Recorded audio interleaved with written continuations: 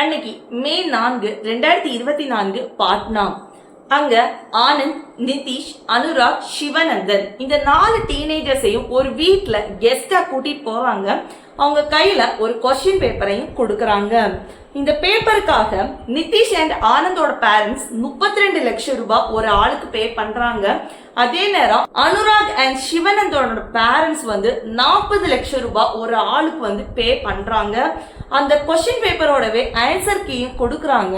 அந்த எக்ஸாமுக்கு நல்லாவே ஓவர் நைட் ப்ரிப்பேர் பண்ணிட்டு மே 5 எக்ஸாம் சென்டர்ல போய் எழுதும் போது அவங்க மே 4 எந்த கொஸ்டின் பேப்பரை சால்வ் பண்ணாங்களோ அதே கொஸ்டின்ஸ் தான் மே 5 வந்திருக்கு. தெளிவாவே எக்ஸாம் எழுதுறாங்க. அந்த எக்ஸாம் தான் நீட். அந்த கொஸ்டின் பேப்பரை எக்ஸ்போஸ் பண்ண அந்த பர்சன் யாருன்னு பாத்தீங்கன்னா ஜூனியர் இன்ஜினியரா இருக்கக்கூடிய Sikandar Prasad யாதவேந்து.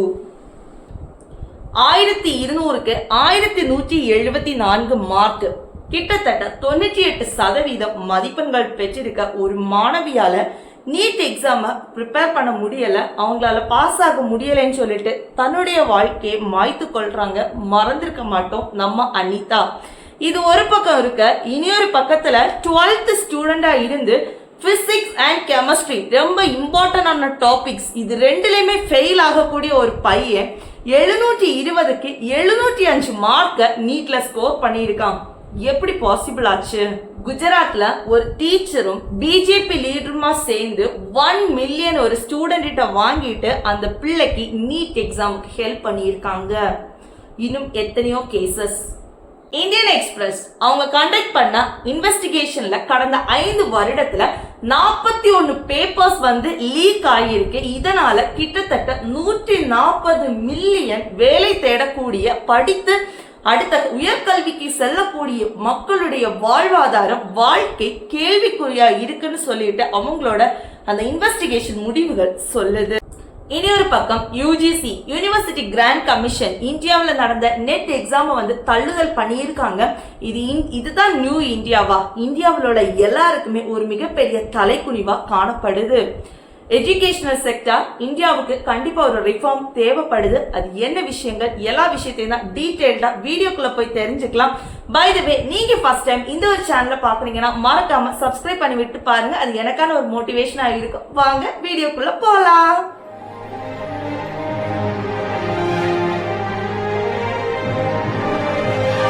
NEET national eligibility cum entrance test for UG medicine.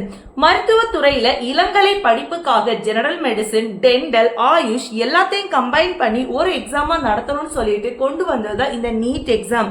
நீட்டுக்கு முன்னாடி இல்லையா அப்படின்னு கேட்டீங்கன்னா AIPMT all India pre medical எக்ஸாம்னு சொல்லிட்டு அந்தந்த மெடிக்கல் காலேஜ் ஸ்டேட் மாறி மாறி கண்டக்ட் பண்ணிக்கிட்டு இருந்தாங்க. இந்த மாதிரி தனித்தனியா கண்டக்ட் பண்ண எக்ஸாம கம்பைன் பண்ணி ஒரே எக்ஸாம்ல கொண்டு வரணும்னு சொல்லிட்டு 2013ஆம் ஆண்டு சென்ட்ரல் கவர்மெண்டால கொண்டு வரப்பட்டதுதான் இந்த நீட் எக்ஸாம். என்னதான் மத்திய அரசாங்கம் நீட் தேர்வை கொண்டு வந்திருந்தாலும் ஆரம்பத்திலேயே Andhra Pradesh, Karnataka, west Bengal, Gujarat and finally நம்ம தமிழ்நாடு லீடர்ஸ் இதுக்கு எகெயின்ஸ்டா பயங்கரமா ப்ரொட்டஸ்ட் பண்ணாங்க. அந்த ஒரு காரணத்தினால 2016 வரைக்கும் நீட் எக்ஸாம் கண்டக்ட் பண்ணவே இல்லை. ஃபர்ஸ்ட் நீட் எக்ஸாம் 2016ஆம் ஆண்டு நடத்துறாங்க. நீட் எக்ஸாம் தொடங்கப்பட்ட 2016 முதல் 19 வரைக்கும் முதல் 3 ஆண்டுகள் இந்த ஒரு நீட்டை கண்டக்ட் பண்றது central board of secondary education சிபிஎஸ்இயோட கையில கொடுத்திருந்தாங்க. பட் 2019ஆம் ஆண்டு நீட் தேர்வுக்கு அப்புறமா இந்த சிபிஎஸ்இ கையில இருந்து எடுத்து நேஷனல் டெஸ்டிங் ஏஜென்சி கையில இந்த எக்ஸாமை கண்டக்ட் பண்ற ஒரு ரைட்ஸை கொடுத்தாங்க. அது என்ன நேஷனல் டெஸ்டிங் ஏஜென்சின்னு கேட்டீங்கன்னா மினிஸ்ட்ரி ஆஃப் எஜுகேஷன். இதுக்கு கீழே வரக்கூடிய டிபார்ட்மெண்ட் ஆஃப் ஹையர் எஜுகேஷனுக்கு கீழே வரதுதான் இந்த ஒரு நேஷனல் டெஸ்டிங் ஏஜென்சி. இது ஒரு ஆட்டோனோமஸ் ஏஜென்சி, தனிச்சையா அவங்க செயல்படுவாங்க. இது நவம்பர் 2017 தான் இந்த ஒரு ஏஜென்சியை தொடங்கி இருந்தாங்க. எதுக்காக நீட் நேஷனல் டெஸ்டிங் ஏஜென்சி கையில கொடுத்தாங்க அப்படின்னு பாத்தீங்கன்னா அது ஒரு இண்டிபெண்டன்ட் ஏஜென்சி, அது தனிச்சையா செயல்படும். அதனால எக்ஸாம் குறித்த வெளிப்படைத்தன்மை அதிகமா இருக்கும், மக்கள்கிட்ட நம்பிக்கை வரும். நிறைய பேர் இந்த நீட் எக்ஸாமுக்கு ப்ரிப்பேர் ஆகுவாங்க, அப்ளை பண்ணுவாங்க. இந்த மாதிரியான ஒரு சில கான்செப்ட்னால தான் இந்த நேஷனல் டெஸ்டிங் ஏஜென்சி கையில இந்த ஒரு நீட் எக்ஸாம் கொடுத்தாங்க. பட் இன்னைக்கு காலகட்டத்தில் நடக்கிறது பாத்தீங்கன்னா மக்களுடைய கோபம் இந்த நேஷனல் டெஸ்டிங் ஏஜென்சிக்கு எதிராக மாறி இருக்கு. எந்த ஒரு நோக்கத்துக்காக நேஷனல் டெஸ்டிங் ஏஜென்சி கையில கொடுத்தாங்களோ அதுக்கு எதிரான காரியங்கள் நடந்துட்டு இருக்கு. அதுக்கான காரணங்கள் என்ன, வாங்க ஆழமா சிந்திக்கலாம். கைஸ், நீட் குறிச்ச இந்த ஒரு சர்ச்சையானது எக்ஸாம் கண்டக்ட் பண்றதுக்கு முன்னாடியே வந்ததுன்னு சொன்னா உங்களால நம்ப முடியுமா?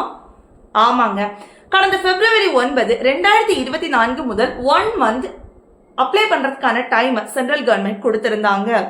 அதுக்கப்புறமா மறுபடியும் 1 week யாருக்காவது விட்டு போயிடுச்சுன்னா அவங்க அப்ளை பண்றதுக்காக கொடுத்தாங்க. அது தப்பு கிடையாது. பிகாஸ் ஒரு சிலர் படிக்கிறதுல மும்மரமா இருக்கிறதுல எக்ஸாமுக்கு அப்ளை பண்ணாம போயிருக்கலாம். நெட்வொர்க் இஷ்யூஸ் ஏதோ ஒரு விஷயத்தினால கண்டிப்பா அவங்க அந்த 1 week எக்ஸ்டெண்ட் பண்ணி கொடுத்ததுல எந்தவித ப்ராப்ளமும் இல்லை. ஆனா மறுபடியும் 1 மாதத்துக்கு அப்புறமா ஏப்ரல் 9, 10 இந்த 2 நாட்களும் ரெஜிஸ்ட்ரேஷன் லிங்க ஓபன்ல வச்சிருந்தாங்க இந்த நேஷனல் டெஸ்டிங் ஏஜென்சி. அதுக்கான காரணம் என்ன? அந்த 2 நாட்கள் ஆல்ரெடி எக்ஸ்டெண்ட் பண்ணி கொடுத்தாச்சு அப்ளை பண்றதுக்கு. அப்படி இருந்தும் 1 மந்த்துக்கு அப்புறமா மறுபடியும் இந்த ரெஜிஸ்ட்ரேஷன் லிங்க் ஓபன்ல வைக்கிறதுக்கான காரணம் என்னன்னு உள்ளது இன்னைக்குமே ஒரு $1 பில்லியன் கொஸ்டினா இருக்கு. அந்த சர்ச்சை அப்போவே வெடிக்க ஆரம்பிச்சுது.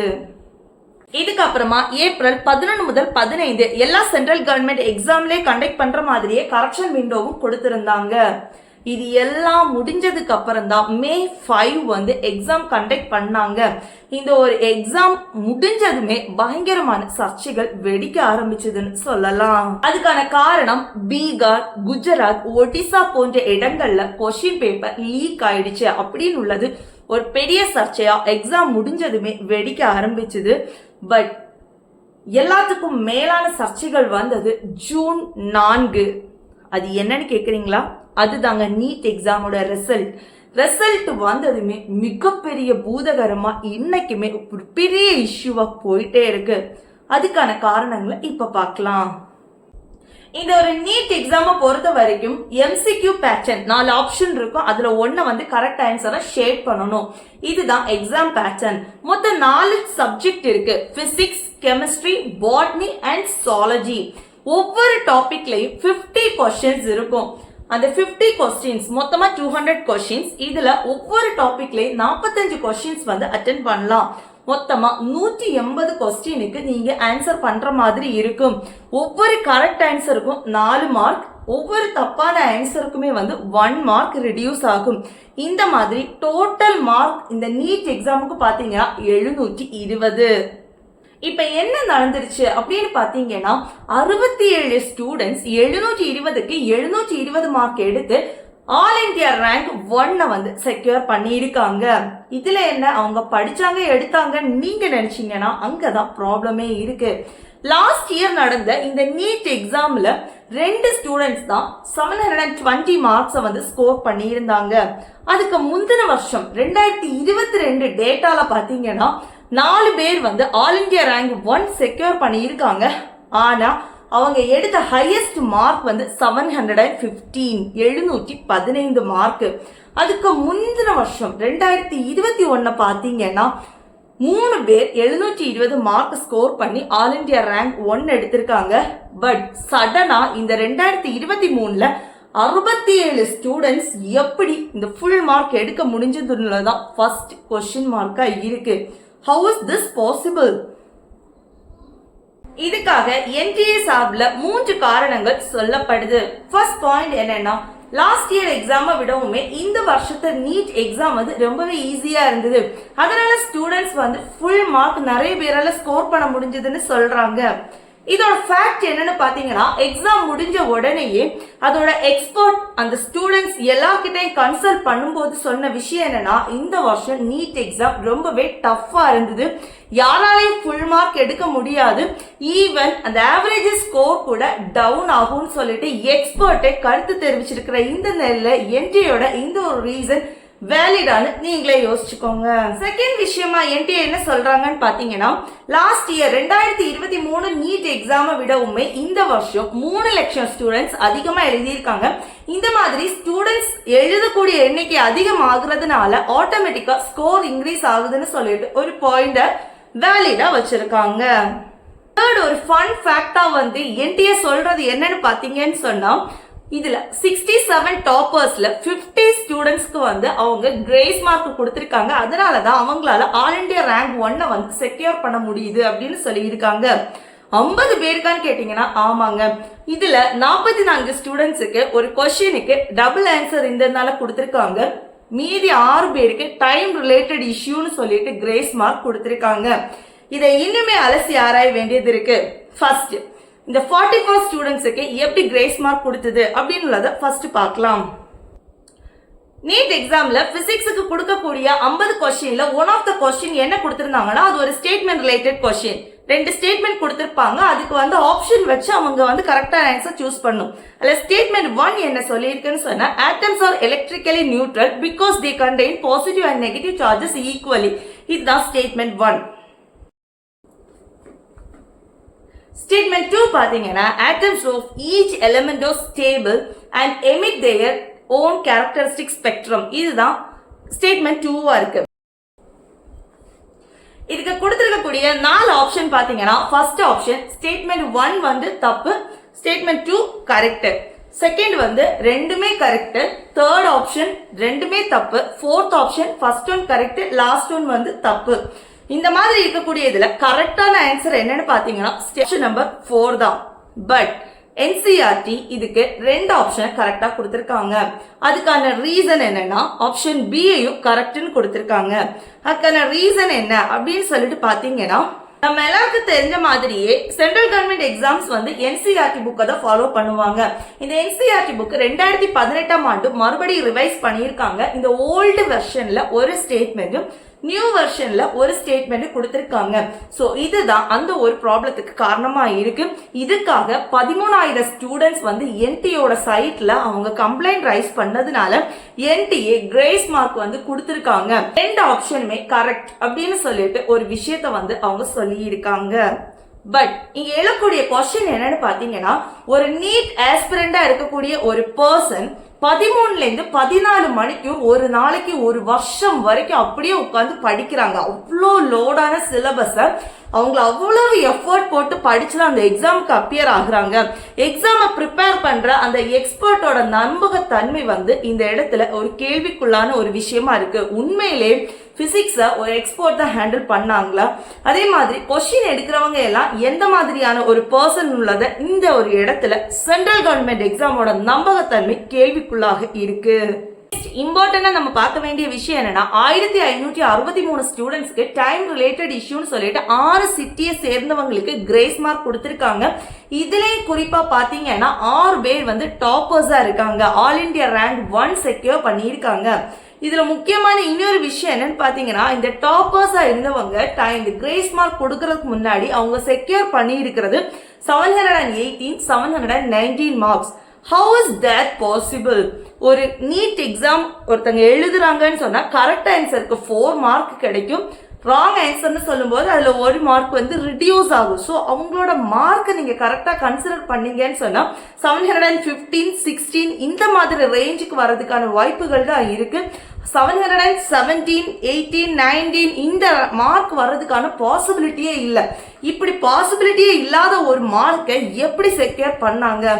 இதுதான் நீட் ஒரு ஸ்கேம் உள்ளதுக்கான ஒரு எவிடெண்டா இருக்கு. இதனை குறிப்பா பாத்தீங்கன்னு சொன்னா 6 டாப்பர்ஸ்மே ஒரே அந்த சென்டரை சேர்ந்தவங்களா இருக்கிறாங்க. இது மறுபடியும் சந்தேகத்தை வலுப்படுத்துற விதத்துல அமைஞ்சிருக்கு. இதுக்காக NTA சார்பில் என்ன ஒரு விஷயத்த சொல்றாங்க அப்படின்னு பாத்தீங்கன்னு சொன்னா, ஸ்டூடெண்ட்ஸுக்கு கரெக்டான டைம் எங்களுக்கு கிடைக்கல அப்படின்னு சொல்லிட்டு ஹைகோர்ட் பஞ்சாப் ஹரியானால ஸ்டூடெண்ட்ஸ் பெட்டிஷனை வந்து ஃபைல் பண்ணியிருக்காங்க. ஸோ அதுக்கு மேக்கப் பண்றதுக்காக தான் நாங்க வந்து கிரேஸ் மார்க் வந்து கொடுத்தோம் அப்படின்னு சொல்லிட்டு NTA சார்பில் ஒரு சப்பக்கட்டு கட்டுறாங்க. இந்த ஒரு கிரேஸ் மார்க்கை நாங்க 2018 சுப்ரீம் கோர்ட் ஜட்ஜ்மெண்ட் பேசிஸ்ல தான் நாங்க கிரேஸ் மார்க் கொடுத்தோம் அப்படின்னு உள்ளதையும் தெளிவா NTA மென்ஷன் பண்றாங்க. பட் இந்த ஒரு இடத்துல நோட் பண்ண வேண்டிய விஷயம் என்னன்னா, இந்த 2018 சுப்ரீம் கோர்ட்டோட ஜட்ஜ்மெண்ட் என்னது, அதைத்தான் ஆழமா நம்ம பார்க்க வேண்டியது இருக்கு.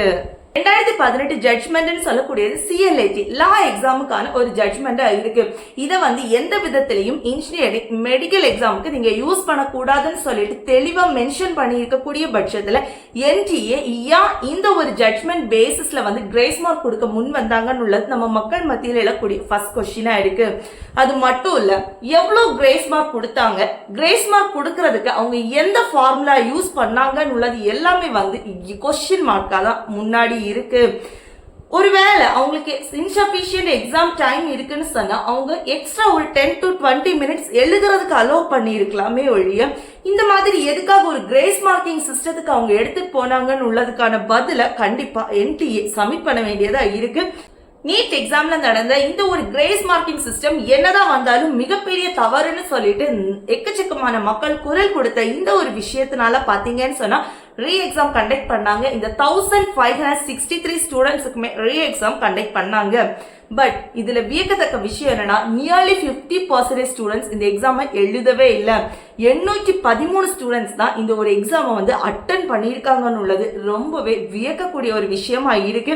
எதனால இந்த ஸ்டூடெண்ட்ஸ் வந்து எழுதல அப்படின்னு உள்ளதையும் அவங்க எழுதாம இருக்கிறதுக்கான காரணங்கள் என்னன்னு உள்ளதும் கண்டிப்பா அலச வேண்டிய ஒரு விஷயமாவும் இருக்கு. இது இதோட முடிஞ்சுதான்னு சொன்னா சத்தியமா இல்லைங்க. Junior doctors network of Indian medical association இவங்க இனியொரு விதமான கம்ப்ளைண்ட் முன் வைக்கிறாங்க.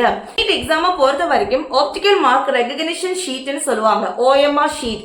அதுல வந்து அவங்க ஷேட் பண்ணுவாங்க ஸ்டூடெண்ட்ஸ். அதுல ஒரு காப்பி வந்து ஸ்டூடெண்ட்ஸ்ட கொடுத்து விடுவாங்க. சோ தட் அவங்க வந்து அந்த ஆன்சர் கீ கூட அதை செக் பண்ணி பார்த்துக்கலாம். அப்ப எக்ஸாமுக்கு ரிசல்ட் வரும்போது சடனா ஒரு ப்ரெஷர், ஒரு பேர்டன் வர்றதுக்கு முன்னாடி அவங்க கொஞ்சம் அந்த ரிசல்ட் இந்த மாதிரி தான் வரும்னு உள்ளதை ஃபிக்ஸ் பண்றதுக்காக தான் இந்த மாதிரி ஒரு ஷீட்டை வந்து ஸ்டூடெண்ட்ஸ் கையில கொடுத்து விடுறாங்க. பட் இங்க ப்ராப்ளம் என்னன்னு பாத்தீங்கன்னா 18 வயசான அர்ஷிதாவோட கேஸ்ல அவங்க அந்த ஆன்சர் கீ கூட செக் பண்ணும்போது அவங்களுக்கு வரக்கூடிய ஸ்கோர் வந்து 384 இருக்கு. இதே நேரத்துல அவங்க ரிசல்ட் வந்த ஸ்கோர் பாத்தீங்கன்னா 308ன்னு சொல்லிட்டு காமிக்குது. இந்த ரெண்டுக்கும் டிஃபரன்ஸ் அவங்க கையில இருக்கக்கூடிய அந்த கீக்கும் ரிசல்ட் வந்த இந்த ஸ்கோர் கார்டுக்கும் இருக்க டிஃபரன்ஸ் பாத்தீங்கன்னா 80 மார்க். இது மட்டும் இல்ல, 21 வயசான ஷோய்போட கேஸ்ல இந்த டிஃபரன்ஸ் வந்து 10 மார்க் ஆயிருக்கு. இதே மாதிரி எக்கச்சக்கமான ஸ்டூடெண்ட்ஸ் வந்து எங்களுக்குள்ள அந்த ஸ்கோர் கார்டுக்கும் எங்களோட ஃபைனல் அந்த ஆன்சர் கீக்கும் இருக்கக்கூடிய டிஃபரன்ஸ் வந்து ஜாஸ்தி இருக்குன்னு சொல்லிட்டு கம்ப்ளைண்ட் வந்து ரெஜிஸ்டர் பண்ணிக்கிட்டு இருக்காங்க. மாதிரியான ப்ராப்ளம்ஸ் அரைஸ் ஆகும்போது சொல்லப்படுற விஷயம் என்னன்னா, நாங்க 10 நாள் முன்னாடியே ரிசல்ட்டை வந்து வெளியே விட்டுட்டோம், அதனால சில டிஃபரன்ஸ் இருக்குன்னு சொல்றாங்க.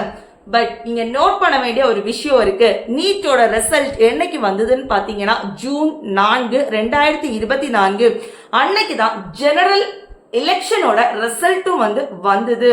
சோ அந்த ஜெனரல் எலெக்ஷனோட ரிசல்ட்ல மீடியா இந்த நீட் எக்ஸாமோட ரிசல்ட்டை பார்க்க மாட்டாங்க. நம்ம இந்த ஸ்கேம்ல இருந்து எஸ்கேப் ஆகலாம்னு உள்ள ஒரு நோக்கத்துக்காக தான் அன்னைக்கு பார்த்து இந்த நீட் எக்ஸாம் ரிசல்ட் வந்து வெளியே விட்டாங்களா அப்படின்னு உள்ளது மிகப்பெரிய ஒரு கொஸ்டின் மார்க்கா இன்னைக்கு சந்தேகத்தை எழுப்பிட்டு இருக்கு.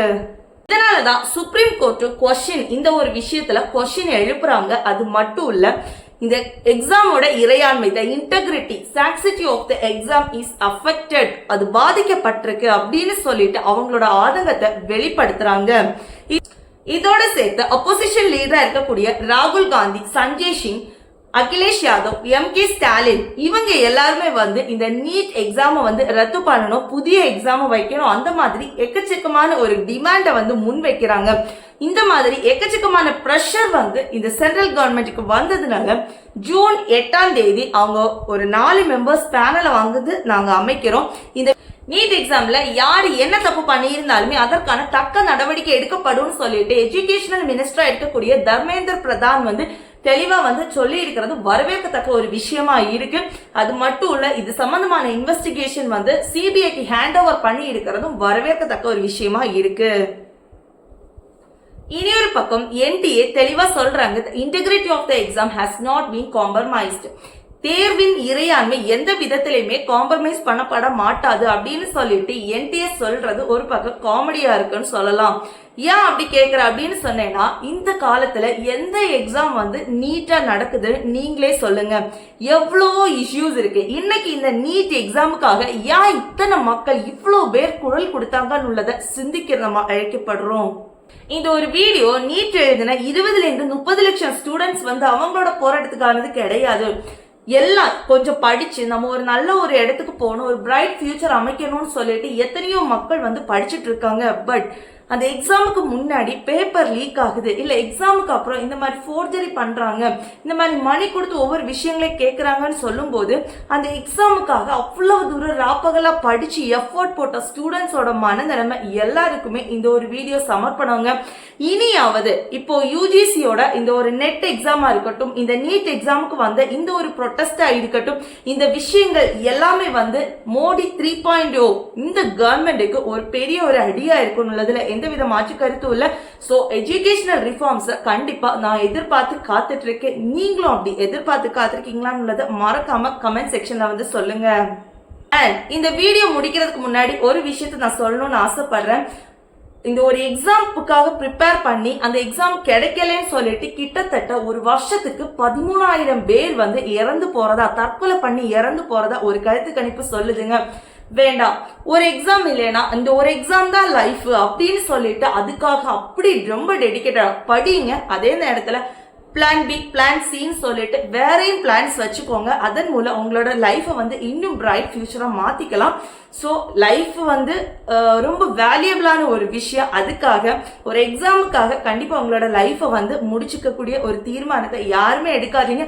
Just be happy. இந்த ஒரு வீடியோ உங்களுக்கு பிடிச்சிருந்துச்சுன்னா மறக்காம லைக் பண்ணுங்க. இந்த ஒரு விஷயத்தை பத்தின கருத்துக்களை வந்து உங்க ஃப்ரெண்ட்ஸ் அண்ட் ஃபேமிலி கூட ஷேர் பண்ணுங்க. மறக்காம ஜேபி வேர்ல்டுக்கு சப்ஸ்கிரைப் பண்ணி எனக்கு சப்போர்ட் பண்ணுங்க. தேங்க்யூ ஃபார் வாட்சிங். By. See you in the next video.